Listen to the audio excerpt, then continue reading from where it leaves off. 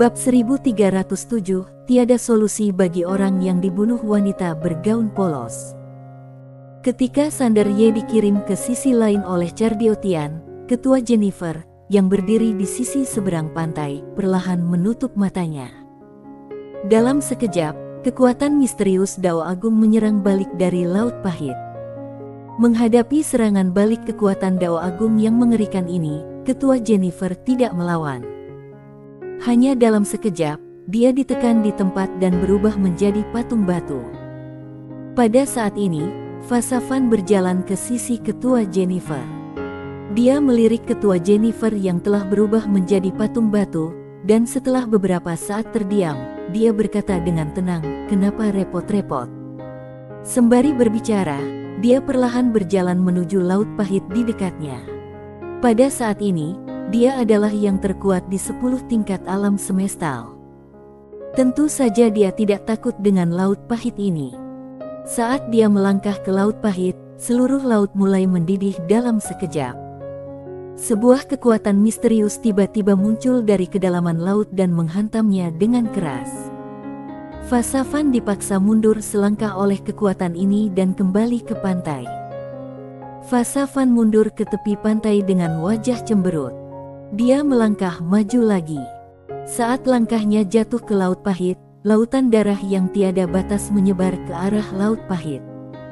Tetapi, tidak lama setelah lautan darah memasuki Laut Pahit, kekuatan misterius lain bangkit dan dengan paksa mendorong kembali lautan darah yang tiada batas itu. Fasafan mundur ke pantai lagi. Fasafan sedikit terkejut. Kali ini dia menatap lautan darah yang tiada batas. Setelah beberapa saat, dia berjongkok dan dengan lembut mencelupkan jari-jarinya ke dalam Laut Pahit. Setelah beberapa saat, dia terkekeh, "Jadi begitulah adanya. Jadi begitulah adanya." Setelah mengatakan itu, dia perlahan mengepalkan tangan kanannya, dan pikiran jalan jahat yang mengerikan tiba-tiba berkumpul dari langit dan bumi. Tekanan pikiran jahat yang kuat secara langsung menekan jalan misterius di Laut Pahit, dan air laut yang bergelombang dari Laut Pahit ditekan dan terus bergulir. Pada saat ini, tidak tahu apa yang dia rasakan, dia tiba-tiba mendongak ke sisi lain pantai. Di sisi lain pantai, seseorang tiba-tiba menyeret Sander Ye dan melarikan diri. Fasafan mengerutkan kening, dan setelah berpikir sejenak, dia perlahan menarik tangan kanannya. Laut Pahit yang bergolak, yang telah ditekan, berangsur-angsur kembali tenang. Pikiran jahat dan cahaya darah yang memenuhi lautan juga berangsur-angsur menghilang. Setelah beberapa saat, seluruh Laut Pahit kembali normal, tetapi di kedalaman Laut Pahit, masih ada aura kuat yang bergejolak, seolah-olah takut pada Fasafan. Fasafan melirik ke seberang Laut Pahit. Dia tidak memilih untuk memaksakan diri menyeberangi Laut Pahit, tetapi berbalik dan pergi karena dia memiliki hal-hal yang lebih penting untuk dilakukan. Hanya dengan satu putaran saja, dia telah tiba di Bima Sakti, Gunung Tanah Suci. Pemilik Penatau duduk di depan anak tangga batu. Dia menatap langit yang cerah dan biru. Dao leluhur mengorbankan semua makhluk hidup. Semua peradaban di seluruh 10 tingkat alam semesta, kecuali alam semesta Guanxuan dan alam semesta nyata yang telah disingkirkan Sander Ye, serta dinasti Makam Langit, telah hancur. Tetapi, Bima Sakti tidak hancur. Tempat ini masih tanah suci. Tiba-tiba, Fasafan muncul di samping pemilik Penatau. Sang pemilik Penatau mengalihkan pandangannya, melihat wanita berjubah berlumuran darah di sampingnya, dan berkata sambil tersenyum, "Selamat telah mencapai alam korban." Fasafan tampak tenang dan berkata, "Aku ingin menanyakan sesuatu padamu." Sang pemilik Penatau tersenyum dan berkata, "Laut Pahit." Fasafan mengangguk.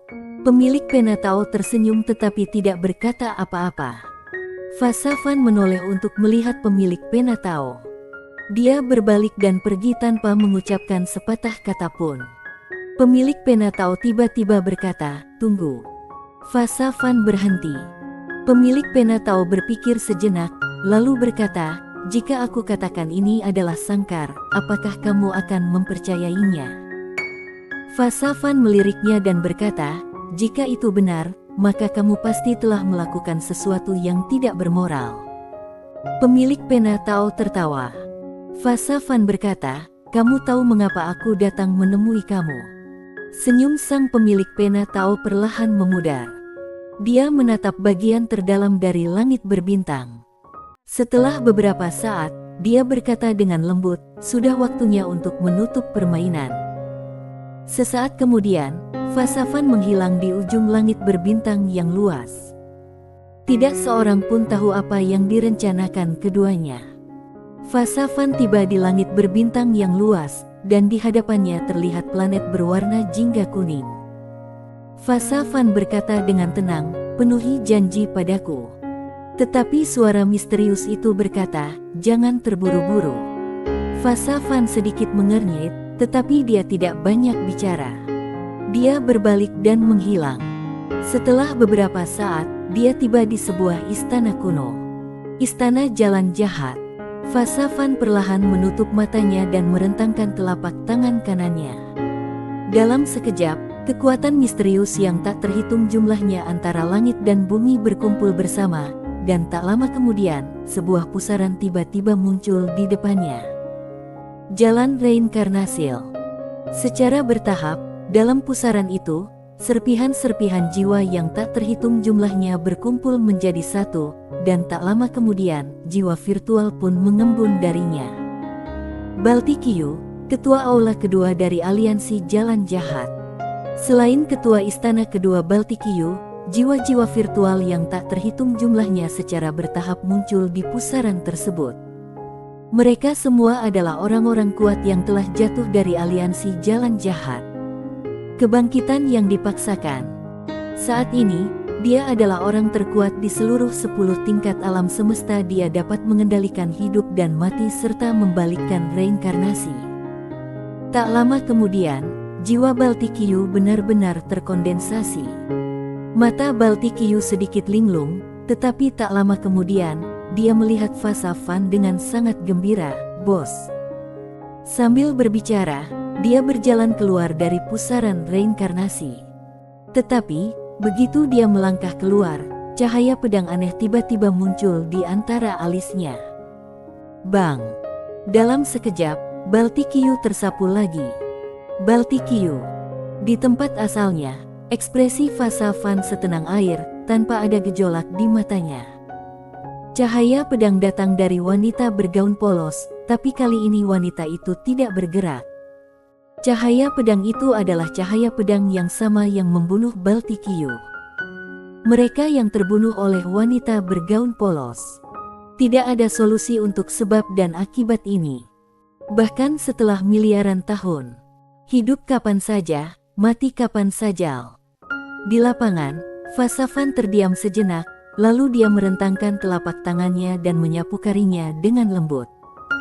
Tak lama kemudian, pecahan jiwa yang tak terhitung jumlahnya tiba-tiba muncul di antara langit dan bumi. Pecahan jiwa ini disertai dengan kausalitas reinkarnasi yang tidak diketahui dan sangat kuat. Dia ingin memadatkan pecahan-pecahan ini secara paksa disertai dengan kausalitas reinkarnasi, tetapi itu sangat sulit. Tidak hanya itu, pecahan-pecahan jiwa yang berkaitan dengan sebab akibat reinkarnasi mulai bergetar hebat dan hampir meledak. Melihat pemandangan ini, ekspresi Fasafan tiba-tiba berubah, dan pada saat ini, kekuatan misterius tiba-tiba berkumpul dari antara langit dan bumi. Dalam sekejap, semua pecahan jiwa dengan cepat mengembun menjadi jiwa virtual, dan ilusi itu langsung mengeras begitu muncul. Itu adalah jiwa kepala biara kuil Zen Agung. Fasafan melirik kedalaman langit berbintang dan berkata, "Terima kasih." Tidak ada respon.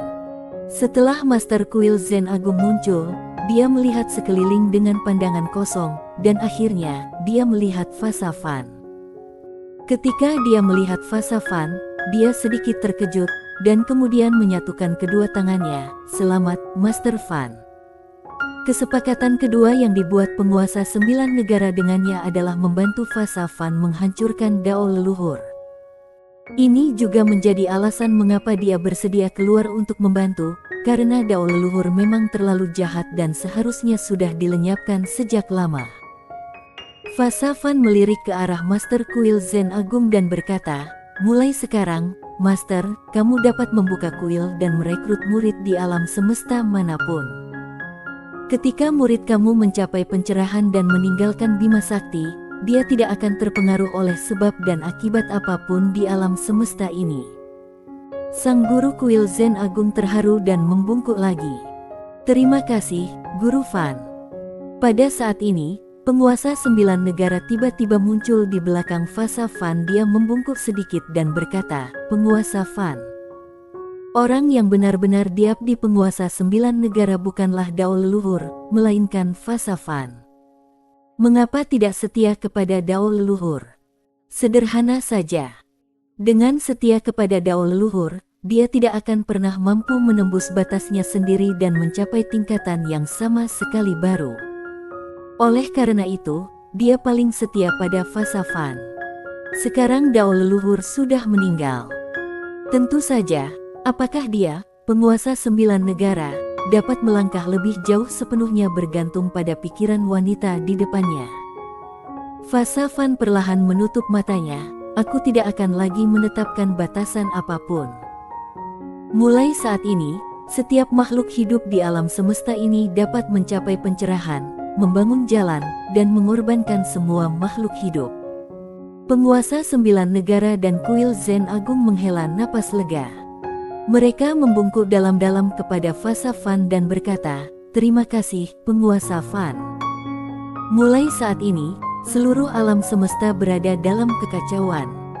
Fa Safan tiba-tiba berkata, mulai sekarang, kamu akan memimpin alam semesta ini. Penguasa 9 negara tercengang. Fa Safan perlahan mengangkat kepalanya dan menatap ke kedalaman alam semesta. Tatapannya langsung tertuju ke Laut Pahit, matanya berkedip, pertempuran dengan Dao Agung belum berakhir. Selagi dia berbicara, dia menghilang. Di dalam pagoda kecil, Singo Tian sedang duduk di tangga batu dengan sebuah surat di tangannya. Cardio Tian menulis surat kepadanya. Saudaraku, ketika kamu melihat surat ini, itu berarti aku akan bersenang-senang. Aku memikirkannya cukup lama, dan aku merasa bahwa aku tidak cocok menjadi seorang kaisar. Mengapa? Karena aku merasa bahwa setelah menjadi kaisar, aku benci dibatasi, dan aku benci berurusan dengan kekacauan di kekaisaran sungguh menyebalkan. Jadi, setelah dipikir-pikir, aku masih berpikir akan lebih baik jika kamu menjadi kaisar. Aku yakin kamu akan lebih cocok menjadi kaisar daripada aku. Sedangkan aku, awalnya aku ingin mendapatkan sedikit pengalaman di alam semesta, tetapi kamu tahu, Saudara Ye sedang bertarung, jadi aku memutuskan untuk keluar dan melihat apakah aku bisa membantu. Jika lawannya terlalu kuat, aku akan melarikan diri. Aku ingin hidup beberapa tahun lagi. Setelah waktu yang lama, Singo Tian menyimpan surat itu, bersama dengan segel giok. Singo Tian duduk di depan tangga batu untuk waktu yang lama tanpa mengucapkan sepatah kata pun. Karena beberapa saat yang lalu, tablet jiwa Cardio Tian rusak. Setelah menjadi kaisar, sebuah tablet jiwa akan didirikan dan ditempatkan di kuil Dao leluhur untuk mencegah kaisar mengalami kecelakaan tanpa diketahui oleh rakyat dinasti. Tablet jiwa rusak, berarti. Singo Tian menarik napas dalam-dalam, lalu perlahan berdiri dan berbalik ke sebuah aula. Di dalam aula, Selirkin sedang duduk di sebuah kursi. Dia tidak mengenakan gaun istana hari ini, hanya jubah polos sederhana. Dia memegang tablet jiwa Cardio Tian yang hancur di kedua tangannya dengan diam. Singo Tian berkata lembut, Bibi.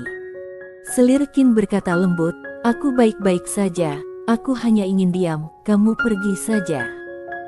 Singo Tian ragu sejenak, lalu mengangguk, berbalik dan pergi.